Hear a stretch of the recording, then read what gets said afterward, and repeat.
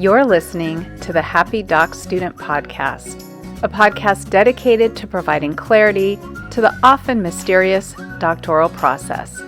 Do you feel like you're losing your mind? Let me and my guests show you how to put more joy in your journey and graduate with your sanity, health, and relationships intact. I'm your host, Dr. Heather Frederick, and today I welcome back Matt O'Neill. Matt hosts the Good Mood Revolution podcast and has written a book by the same name. Matt, I am so excited to have you back today. Oh, Heather, I am so pleased to be here with you again. When we finished recording our last episode, we were hanging out chatting, and I said, I would love to do an entire podcast on self-love, because while many of the episodes kind of hit on it, I don't have one specifically geared toward that topic, which is kind of crazy because it is one of my favorite topics. And you were like, I'm all in, let's do it. Yes. It's probably the magic pill for feeling amazing. And in your podcast description, we put the joy in the journey. Well, there's no joy if we don't have immense, unrelenting self-love. You know, the phrase that I would often use when I was describing self-love is I would say, it's that point where you feel like you're madly and passionately in love with you. And that was a really new concept for me when I first discovered self-love, probably now about 15-ish years ago. And so I was hoping we could start by kind of defining what this is, because when I talk to people about self-love, I realize people come at it with a lot of different ideas. Sure. Well, let's start with a little story about what it's not. Oh, I love it. I love stories.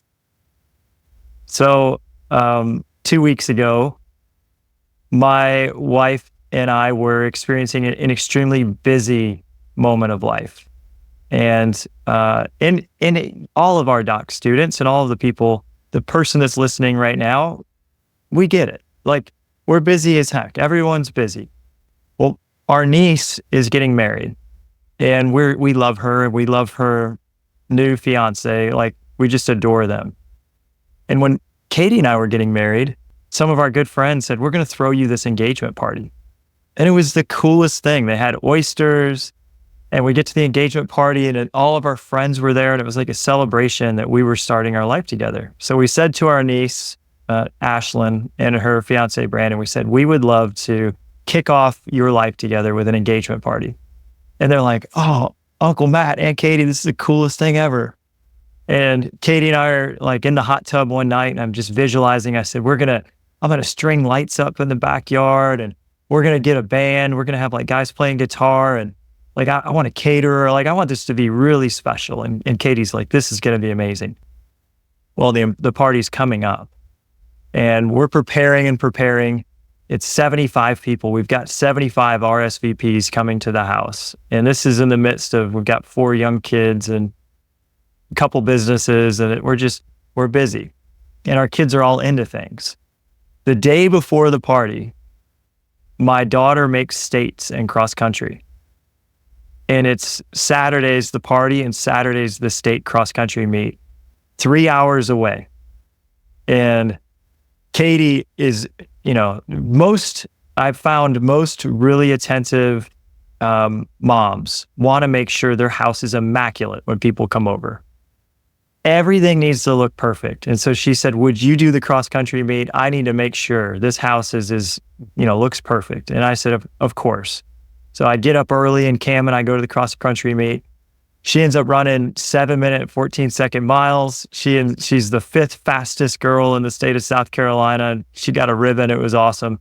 But I'm driving there and then driving back. Meanwhile, Katie's just working herself thin.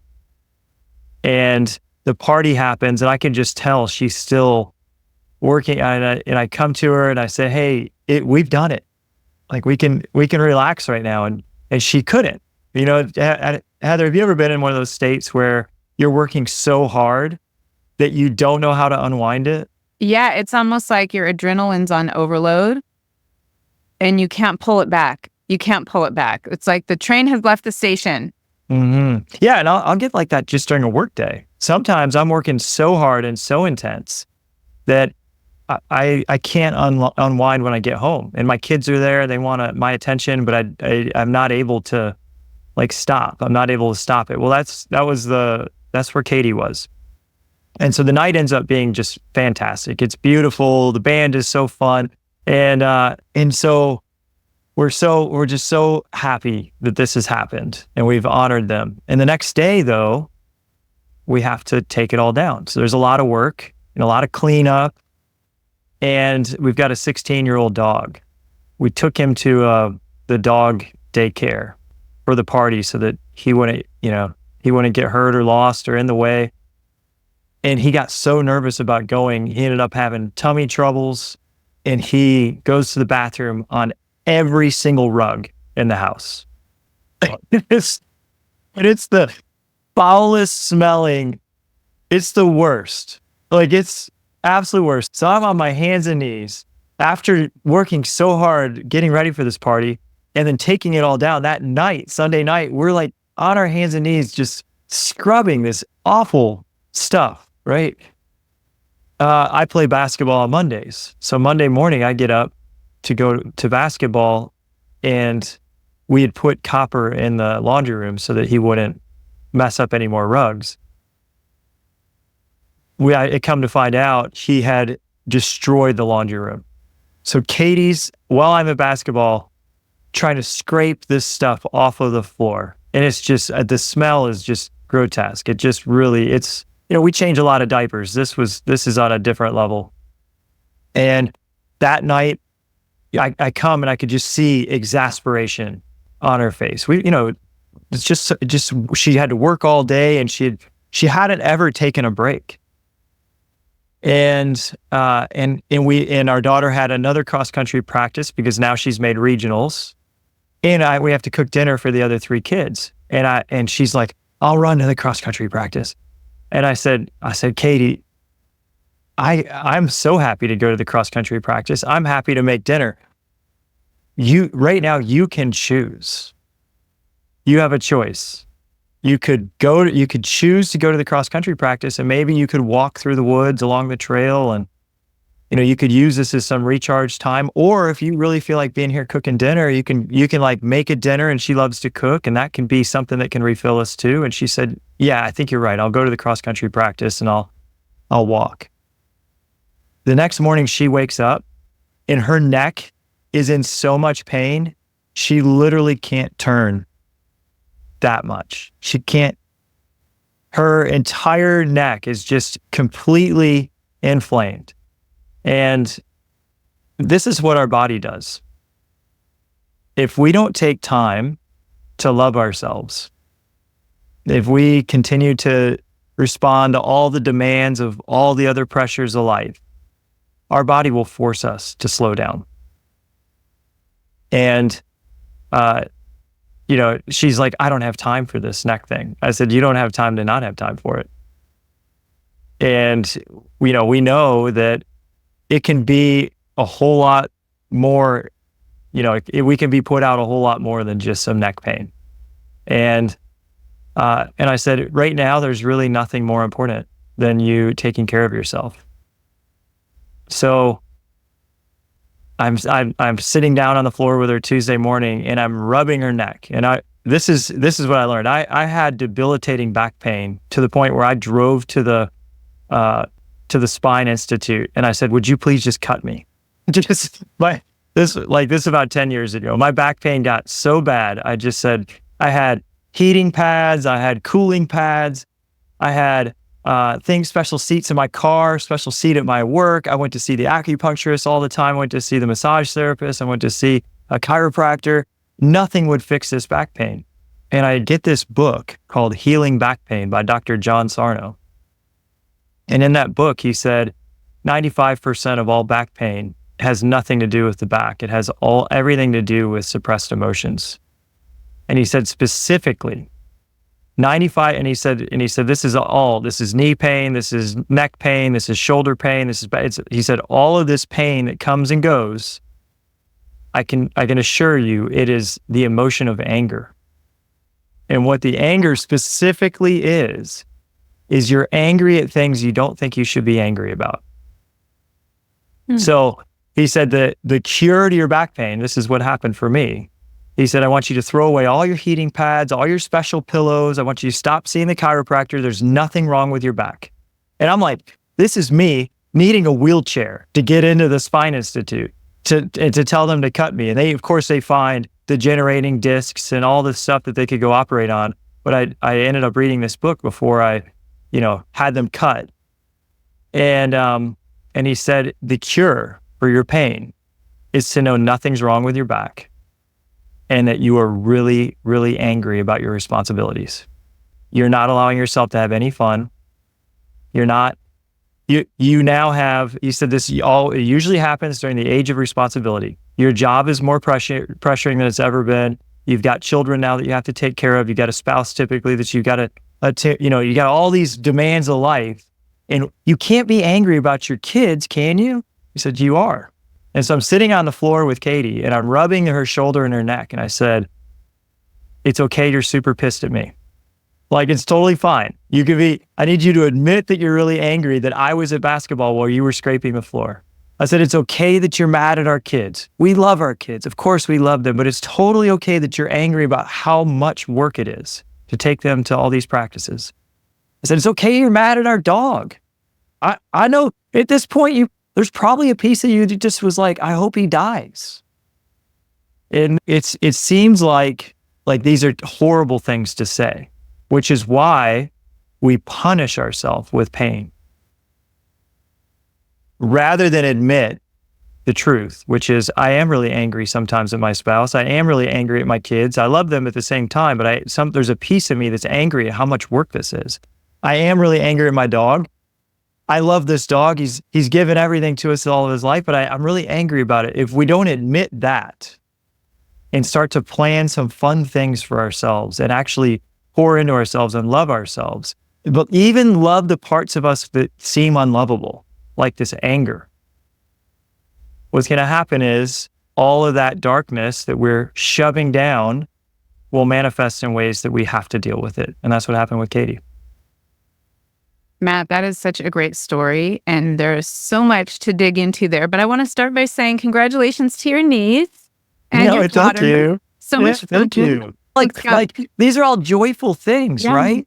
Yeah. Why we don't think that we're angry about throwing the big party. But Freud created a model that said we've got an id, an ego, and a superego. The superego is the perfect part of us, the parent, who we think we should be. Who we think we should be puts on a perfect party, cleans everything up, can deal with all of it, super mom, all that stuff. That's who we think we should be. The id, though, is a real part of us.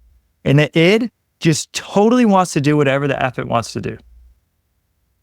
If we ignore it, the id, that inner child of us, starts to rebel and push back. And that's the piece of us. We're more complicated than just one. The ego is who we think we are, but there is these other two aspects that are true aspects of our personality. And we can't ignore the id and not have any fun. And this is usually like a doc student or super high achievers like you or me or my wife. We think that that we're not that childish, but we really are. And yes, we really are. And when we don't pay attention to that, things don't go the way we would like them to go, right? And you bring up, so it's so interesting that right off the bat, we're talking about anger in a podcast about self-love, because if you don't give yourself permission and you don't have the compassion for yourself to express these feelings that you're honestly having, often your body starts to send little signals. I've noticed that too.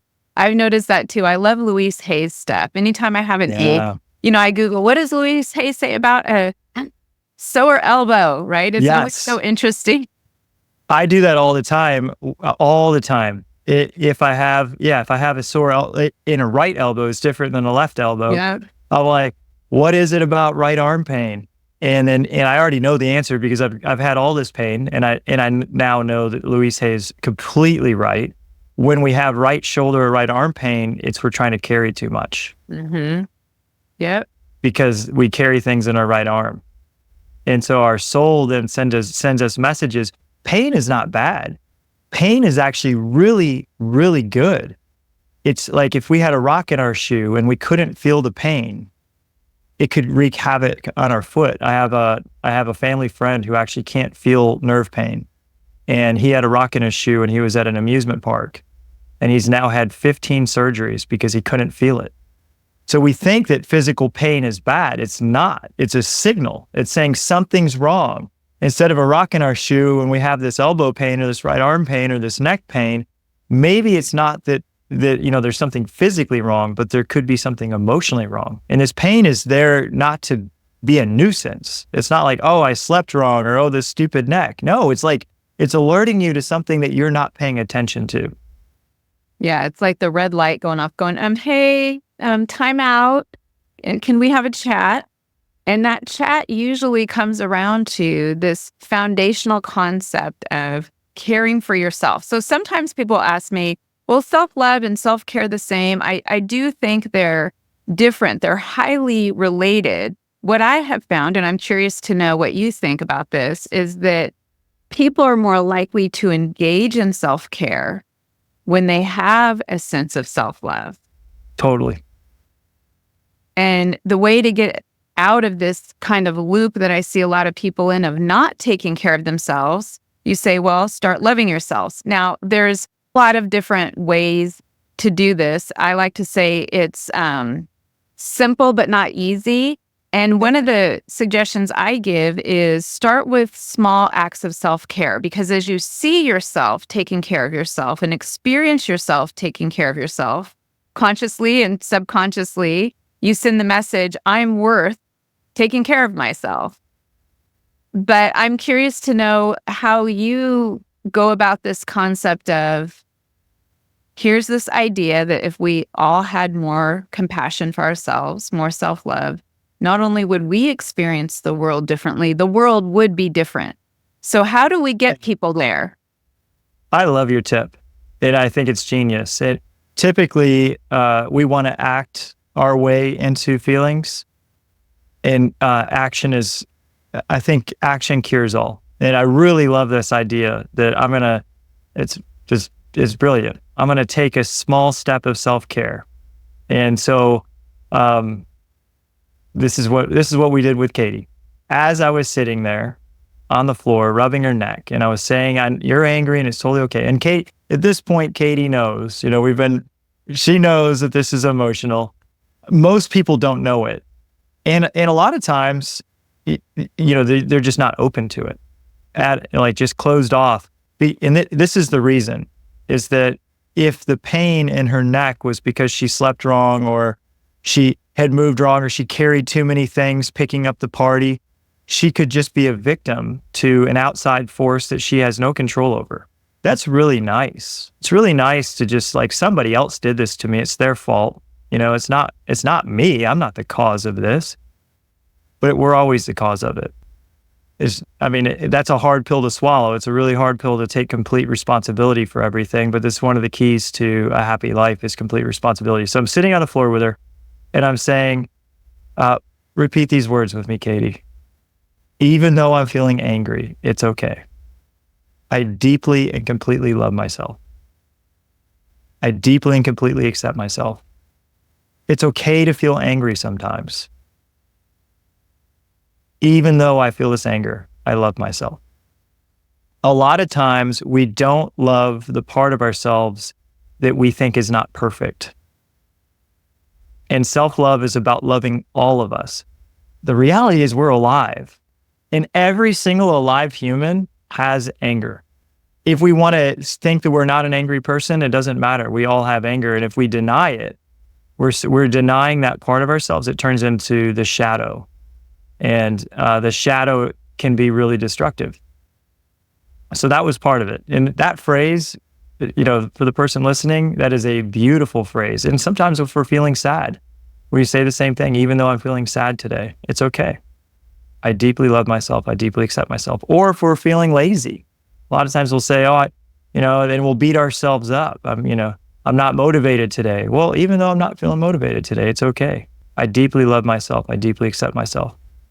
Here's the thing. If we beat ourselves up for feeling things, we don't do better, we do worse. So as we don't accept ourselves, if we don't accept these negative feelings, we're not getting them to go away. They just manifest worse. And this is what happened with Katie. She was literally incapacitated. So we did the thing what you said. I said, what's one thing you could do right now to take care of yourself?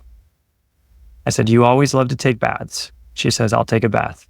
So the act of her taking a bath as I got all the kids ready and out the door to school, that was a little small act that says I deserve to take a bath. She hadn't taken 5 minutes for herself in 7 straight days. The next thing she did is she scheduled a massage. That was it. Those 2 things. Her neck was still sore. That night her neck was still sore. The next day she got a massage. Her neck was still sore. Today she can turn her neck. And this is 4 days later. So it took 4 days to get out of the situation she'd put herself in. But you had mentioned that we've got this 2 pieces, like self-care and self-love. I'm going to talk about the reasons we deny self-love. They're emotional. The first one is we modeled it. My mom is a martyr. She took care of everyone first. And Katie's mom is someone who did all the cooking, and it was amazing, did all the laundry, took care of the house, and was a teacher. So for Katie, she has to cook amazing meals, do the laundry, take care of the house, and be somebody who goes to work. So she models it. I model it too. I'll put everyone else first. It's just because we're growing up, we take our cues of who to be from our parents. And this is the first reason that we don't accept. If they didn't accept it, then now we have a pattern we need to break within ourselves. And not only did they not accept it, and so model these patterns we're all living out, and I'm sure many of the listeners are nodding their heads right now saying yes, but no one who we respected, teachers, other family members, told us, this is something that I want you to know. I want you to know that you're worth it and that these things are important, and investing in yourself and your well-being are things that you're going to learn at a young age and practice so that by the time you hit a teen, I mean, wouldn't that be cool? In like Heather's utopian world, there's lots of cool things going on. But one is that when you get to kindergarten, you learn about emotions and processing emotions, and maybe there's mirrors and everyone's telling themselves they love themselves, or, things like that, because it's a practice. It's a practice. Yeah, instead it's the other way. Think about school. You're either the best or you're not. And we're ranked completely based on how we perform on tests. And if we don't perform at this unrealistic standard, for me, that's just how it was. I had to perform at this super high standard. I was so hard on myself, and I felt like I would earn love through performance. And a lot of high achievers, a lot of type A personalities are like this. So this is getting our validation from the external. Self-love is different. Self-love says, I get my validation from me. So there's a few practices I wanted to talk about on how we can move into self-love. The coolest thing is that all love is actually self-love. So when Katie looks at me and she says, I love you so much, and I feel lit up by it, I'm the one who generated the feeling. Her words were just an external source but inside of me, I created the feeling of love. When my 3-year-old son gives me a big hug, and I just feel overwhelmingly loving about that gesture, that came from in here. So all love is self-love. We just limit it. We limit it because we say, sometimes the external world doesn't deserve my love. And this is again modeling. If we don't like the way somebody behaves, at least this is what my parents did, they withheld their love and approval. And I'll see myself do the same thing. Somebody does something I don't think is super cool, I'm like turning my back to them, like literally. So, this is what we do to ourselves. When we do something we think is not perfect or worthy, we deny the feeling of love. But we're the ones denying it. Every single moment is a moment that we could express crazy amounts of love. And it all comes from within us. And every time we do, we feel freaking amazing. When we love everything that's going on, that's called pure joy. And we can do it. So our every single moment, since time is infinite, where there's infinite possibilities to just express love. How do we do that? Well, the first thing is we have to start to notice when we're not doing it. And this will show up usually when we're not having self-love as self-criticism. And it happens all the time. We criticize ourselves, we beat ourselves up. We might say, I'm so stupid, or I can't believe I did that. Or we'll even be embarrassed about something that happened 10 years ago. It'll come up and I'm like, I can't believe I did that 10 years ago.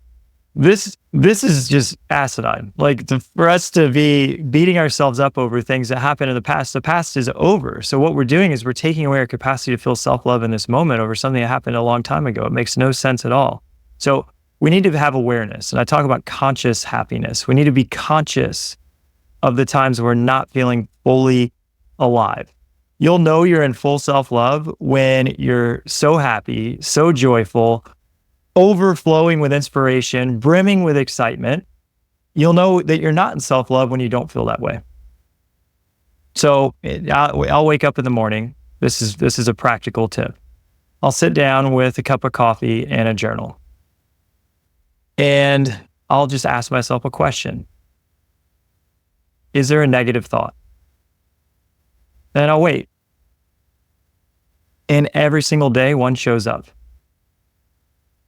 It's crazy. And you might think, well, what about the days no negative thoughts show up? It doesn't actually, it's impossible. Every single day, a negative thought shows up. Now, some days they're really negative. Some days it's, I'm totally messing up. Nothing's good enough. Some days it's small. Some days it might just be like, oh, I'm feeling kind of tired today.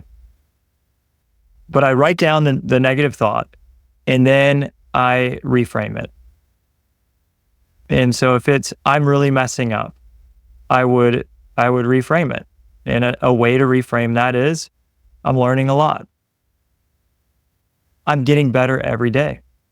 I'm learning from what I think is a mess up.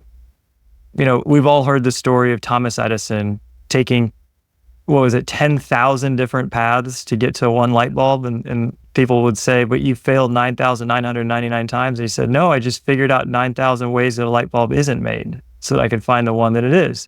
He didn't think of himself as a failure with 9,000 failed attempts on his path to success. Failure is actually part of the process of success. And that's just a reframe, right? This is just one simple reframe where with my journal, I can say, what's the negative thought? It shows up and I look at it and I say, do I want to allow the lack of self-love today? It's not going to help me. It's not going to help me make the light bulb to beat myself up that I haven't made it yet. It'll help me make the light bulb if I say I'm on my way to success. So every single day, reframe one negative thought, and that will help us get more self-love. Matt, I'm curious. When you sit down to journal, is this a lengthy session or is this something that listeners could do in 7 minutes? That's the most important one. So sitting down with a journal and asking what's the negative thought and then reframing it into something positive, this is a 5-minute exercise. Yeah. So it's simple, right? But so many of these things are simple. Come on, you guys. You're having your tea, you're having your coffee, everyone's got paper, get out a pen. And I think there is something to be said about writing it out by hand. I have people that will say, well, I journal, I take notes on my computer. But personally, I find that different things come out. There's something somatic about it. Being physically involved in the creation with an actual pen or pencil. That's my recommendation. Heather, you're absolutely right. It's proven. There's a ton of research that pen and paper or pencil and paper, it's like one of the ways that our mind expresses itself, and it expresses itself in such a more clear fashion that way than it does through a computer screen. And I don't know why. I just know that the science says that that's just the way it works. I love writing with pen and paper. When I was writing my book, the first 2 chapters I wrote on a notepad with pen and paper just to get the process going. And then I eventually moved over to the computer screen. Definitely, I wrote all of the outlines for all the chapters, pen and paper. It just really works well. So yeah, pen and paper, what's the negative thought? And then a reframe.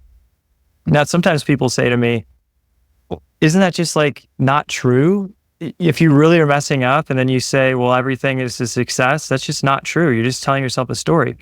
And then I always reply, the story that you're messing up isn't true either. Nothing's true. So there is no truth because both sides are always true. So which one do we want to believe? The one that's going to make us better, more loving, more compassionate, better to be able to, respond to people we love today, or the one that's going to make us feel awful and then snap at people and then not do well in anything we want to do and then be a downer to everybody? Which of those untrue versions do we want to hold on to today? Yeah, Matt, everything is a story. And so for some listeners, this may seem like a little bit of a wild idea, but it's all a story and both stories are true. Which story are you going to pick? Again, yeah, Henry Ford said not that. Easy, right? Oh, did he? Henry Ford said, whether you think you can or think you can't, either way, you're right. And that's it. So whether you think the negative is true or you think the positive is true, either way, you're right. If you hold on to the negative's true, that I'm messing up, you'll be able to collect all the evidence that says that's right.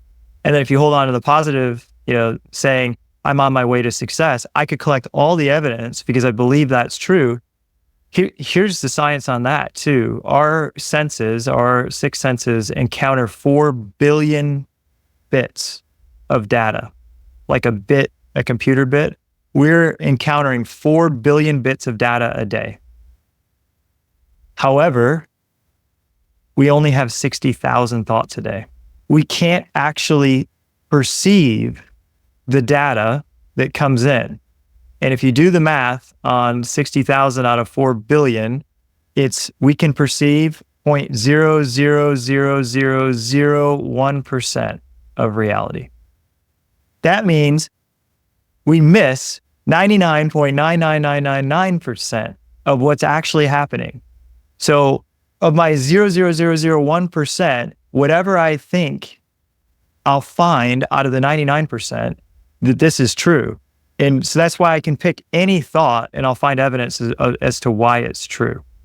So once we understand that and we get it, we're like, well, I just need to pick thoughts and beliefs that are supportive to me and to the world. And the most supportive thought is self-love. It's not selfish. It's not an indulgence. Going back to Katie's story, she was the most selfless person by throwing the party and cleaning up after the dog and cleaning up after the party and going to the practice. All of it was selfless, but she was so selfless and not selfish enough that her light completely went out. And because she let her light go out, she was out of service. And that selfless, like I'm not going to take care of myself, then that had me rearranging my entire day so that I could take care of everybody and be a one-parent show now, because she didn't do the proactive self-care. And so the way that we help others is by loving ourselves.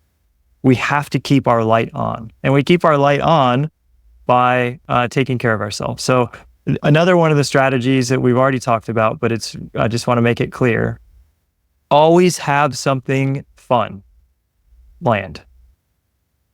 This is the id.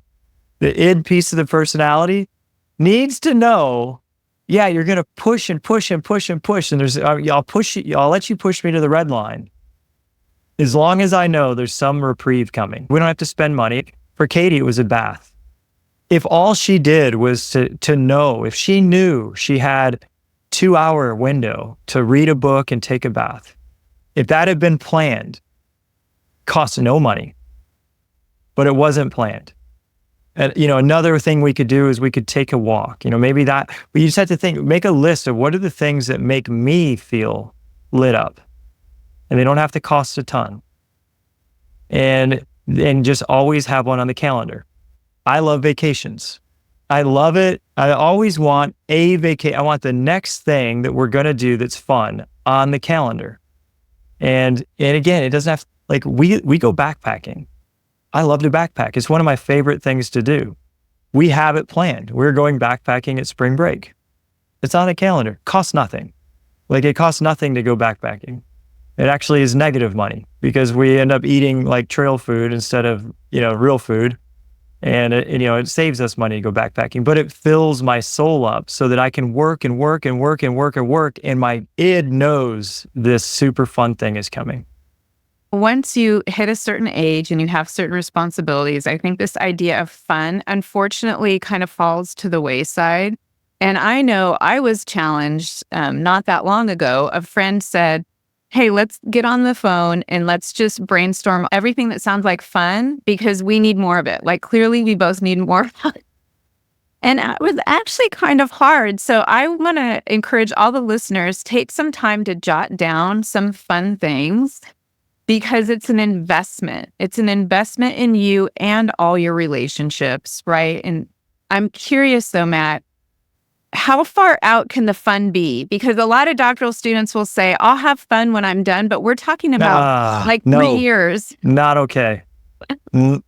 Absolutely not okay. And I get that. I've heard that so many times. Oh yeah, I'll take the vacation. I'll propose when this is done. Then I'll do all the, no. You're going to be a worse doctoral student. Again, go back to Katie's story. When you feel lit up with self-love, you are so inspired. Energy doesn't come from how much you slept. It doesn't come from what you eat. Energy comes from your emotional state.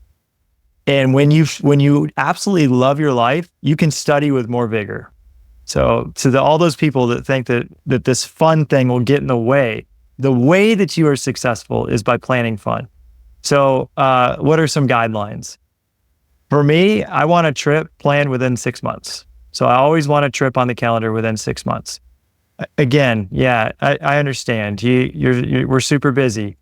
We all can take a weekend. All of us can take a weekend, and we can drive somewhere. It doesn't have to be flights. We can, there's people we can visit. There's cool things in our town even that we're not doing and not seeing. And then we have to have something planned every 2 weeks. We can't go more than 2 weeks. Julia Cameron wrote the book, The Artist's Way. And in The Artist's Way, she had 2 techniques to become your greatest artist. And I think artist is good for any type of profession. One technique was free association writing.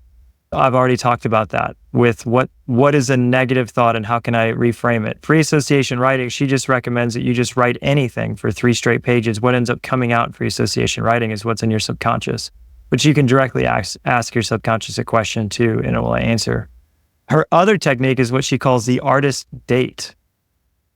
And the artist date is where you take yourself out for ice cream. It's where you take yourself to a movie. It's where you take yourself to the fine dining restaurant in your town. And every 2 weeks, I want you to have an artist's date planned. We can take ourselves on a date twice a month. It's not that hard. And she said the same thing. Maybe that date is walking the beach. I live near a beach. I haven't walked the beach in 2 months, but I could. I'm curious about this list of fun things. My wife and I actually did this not too long ago too. We're like, man, what are all the cool, fun things we could do? Let's be a kid again. What are some fun things? So what did you guys come up with? For me, some right off the bat are enjoying live music, dancing. Although, if you can't, some 80s tunes in the kitchen. can be surprisingly effective in the middle of the day. But almost all of ours had to do with being out. And it did range from simple, not costly things like window shopping, visiting local art gallery, to planning a trip. Like you said, the question was so simple. What lights you up? Sometimes I think we get attached to this word fun, but what lights you up? What makes you feel alive? What makes you feel glad that you're still here in this human body? Yeah, I'm not a painter, but as you're saying this, I'm like, oh, one of those wine and painting classes. That would be cool. Yeah. Or a murder mystery dinner, or an escape room. We love to do escape rooms. Like there's so many things in your town right now. All those things I just named are in everybody's town. Not, I shouldn't say everybody. In just about the majority of normal sized towns. So there is so many fun things. Yeah, we came up. We're like, man, we could go axe throwing. That sounds like we could just go shoot pool. We could throw darts. We could go bowling. Like activities are cool. We came up with a big list like that too. And then it's that way we have a list to pull from that we can put this date on the calendar. And okay, I want to talk about one more thing we could do. And usually this will stop us from loving ourselves, and it's people pleasing. People pleasing, or this idea that we need to be perfect. So the easiest way to start loving ourselves is to treat ourselves like we treat the people we're trying to please. Every time we say yes to somebody else's priority, we say no to everything else. If we keep saying yes to everyone else's priorities, we say no to ourselves over and over and over. So we have to practice saying no. When I learned how to say no, it seemed kind of scary. If somebody comes and asks you if you can do them a favor, they, maybe we're at work and they say, hey, can you do this thing for me? And we just have to look at them and say no. How do we know what to say no to? And I'm sure you've heard this, but I use it. Somebody will ask me if I can help them. My immediate response in me is, of course. So I have to pause. I'm training myself. When somebody asks me for something, I don't respond. And if they're right in front of me and they ask me instead of texting me, I'll say, possibly, can I have a little bit of time to think on it and then get back to you? And then I take some space. In the space, you picture yourself doing this thing. And if all the cells in your body are screaming, that's great, that's a full body yes. And we say yes. If instead you're picturing helping this person do this thing that they need help with, and most of you just doesn't feel like doing it, but you feel obligated like you should do it, that's a no. Sometimes we can compromise though. And this is why I want some space. Is I might think, well, if this person's really important to me, but I don't really want to go help them move into their new house, what could I do? How could I support them? How could I nurture this relationship? With the priorities that we have, spending a whole Saturday moving somebody into the house, that would take me away from other priorities that are also important and other people that are also important. So I might say, what's a creative way I could honor this relationship, but also honor my no? And I could come up with, I got an idea. We can't commit a day just because we have too many things going on, but you're really important. Could we bring over dinner that night so you guys don't have to worry about it? Could my family and I come over and celebrate the new house and bring over dinner? And if I could be a full body yes to that, then this is the best of both worlds. I don't have to just say no and, disappoint someone I care about, but I also don't have to break my integrity. Just curious how you say no when people are asking you to be very helpful to them. Boundaries and understanding how to have them. Still, again, it's a practice. I'm still learning, but it was one of the keys to me being able to build a foundation of self-love, because it all goes back, like you say, you can't pour from an empty cup. You need to say yes to you first. So one of my early podcast guests gave me a sentence that I've been using, and that would be, And it helps bring in that space to say, thank you for thinking of me. But, and then you could say, I need a little time to think about that. I need to look at my calendar. I need to look at my schedule. If you already know, the full body no is happening, but I have to say no right now because I'm working on my dissertation this weekend, or I've got this, right? But, you know, in the future, please ask again, or maybe there's another way I could support you next week. So kind of looping in a little bit of what you did too, to still honor the relationship and let them know you want to be there. But when someone's asking you to do something, or it might not even be one thing, it may be that there's 5 people in your network that are all asking you for something at once. And you kind of have to say no to all of them in order to keep your priorities on track. So the pause, the space is huge. And I hope the listeners, if you're not already doing this, you are recognizing that every time you're saying yes out of obligation, guilt, just because it's part of your personality, you automatically are saying no, whether that's to self-care, working on your studies, and to find that balance, be compassionate with yourself and your network as you move through these different requests to find balance so that you are still growing and nurturing your relationships, but at the same time making sure that that your light's not going out. I love that. I love that image. Here's a tricky one. Since COVID, the world has become more isolated. And Heather, you had said, as you were thinking about all the things that were fun, they were getting out. We're going, as a society, we're going out less and less and less. And we're Netflixing more and more and more. So a lot of times people will ask me, hey, will you come to my party? Or would you come out and support me at this thing that's out? And sometimes I'll have an impulse on that one to say no, because I'll be thinking, I just want to be in my pajamas and watching the show. But this is so just a counter to the same argument I was just making about full body yes. On those situations, I also want to pause. When my initial response is no, I also want to pause and say, I like yours. I like your answer. Thank you for thinking of me. Let me take some time. Let me talk with Katie. That's a super easy punt. Let me talk with her. Let me look at the schedule. And then this is what I find is that when the two of us actually go out with people, we get filled with energy. I was talking earlier, everything's energy. It's just like our life quality is how much energy we have. One of my mentors said energy comes from people. And I'm like, tell me about this. Tell me more. What do you mean energy comes from people? And he said, well, if you hang out with low energy, low inspiring, complaining people, you're getting that kind of energy. But if you hang out with super inspiring, uplifting people, that energy multiplies within you, and you're a super inspiring, uplifting person, and you are uplifting everyone. And Heather, I know the last time you and I had a podcast, I left that podcast with way more energy than I started, just because you're such an uplifting person. So, Katie, I'll when my initial impulse is, let me just stay home and rest, I'll go and I'll think, is this someone that is an uplifting influence in my life?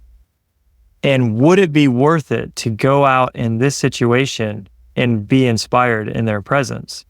And yeah, maybe I don't sleep as well that night. You know, maybe we end up having a glass of wine. I still have to get up early and take care of the kids. But should I get out? And have you ever seen that movie Yes Man with Jim Carrey? Oh, it was like a B film. It wasn't an A film. It's one of my favorite movies of all time. Jim Carrey plays this guy whose fiance breaks up with him, and he becomes a recluse. And he always has an excuse. He can't ever go out. And his best friend is getting married, and he misses the wedding because he was watching Netflix or at that time Blockbuster Video. It's when this movie came out. And he goes to a seminar, like a Tony Robbins seminar, and the guy in the seminar brainwashes him to where he can only say yes to anything that's asked of him. And of course, as a Jim Carrey movie would be, it's hilarious because people are asking him to do all kinds of things and he has to say yes to all of them. But what happens is you see his life at first, he's just coming home and eating a tub of ice cream and watching TV by himself, and there's nothing going on in his life. And by the end of the movie, he's now riding a moped and has guitar lessons and has this girlfriend, and like, just because he said yes to life as it was being presented to him.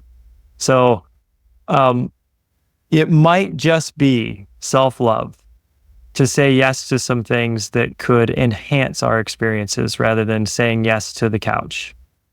That's a great tip. And I'm going to put that movie on my list. It's so fun. That I had my kids watch it, and there's one inappropriate part, but I had them watch it because I wanted them to start to say yes to fun, which is what he does. So, audience, our plan is to publish this right around Valentine's Day. You know, whether you're into that holiday or not, the month of February is about love. And as Matt pointed out, all love comes back to self-love. So we hope you got some tips, techniques, and ideas for getting out there and having some fun, loving yourself and loving life. Absolutely. Why not? Why not love all of it? It's so much more fun to do it that way. Matt, thanks so much for coming on the show. Good to see you, Heather. Thanks so much for listening, and I look forward to connecting with you on the next episode. Until then, if you're looking for more ways to invite joy in your journey, check out the free resources at expandyourhappy.com. You'll find downloads like an article I wrote titled The Doctoral Journey, 12 Things You Need to Know That They Probably Won't Tell You. You'll also find a PDF that organizes all podcasts by the 7 steps detailed in the Happy Doc Student Handbook, which you can also find on the website. Finally, if you're looking for Happy Doc Student swag, I've got that too. Don't forget to subscribe to the podcast and YouTube channel, and if you want to make my day, rate and review so that together we can change the way doctoral education is delivered and experienced. Hey, one more thing. Just a quick reminder that the information, opinions, and recommendations presented in this podcast are for general information only.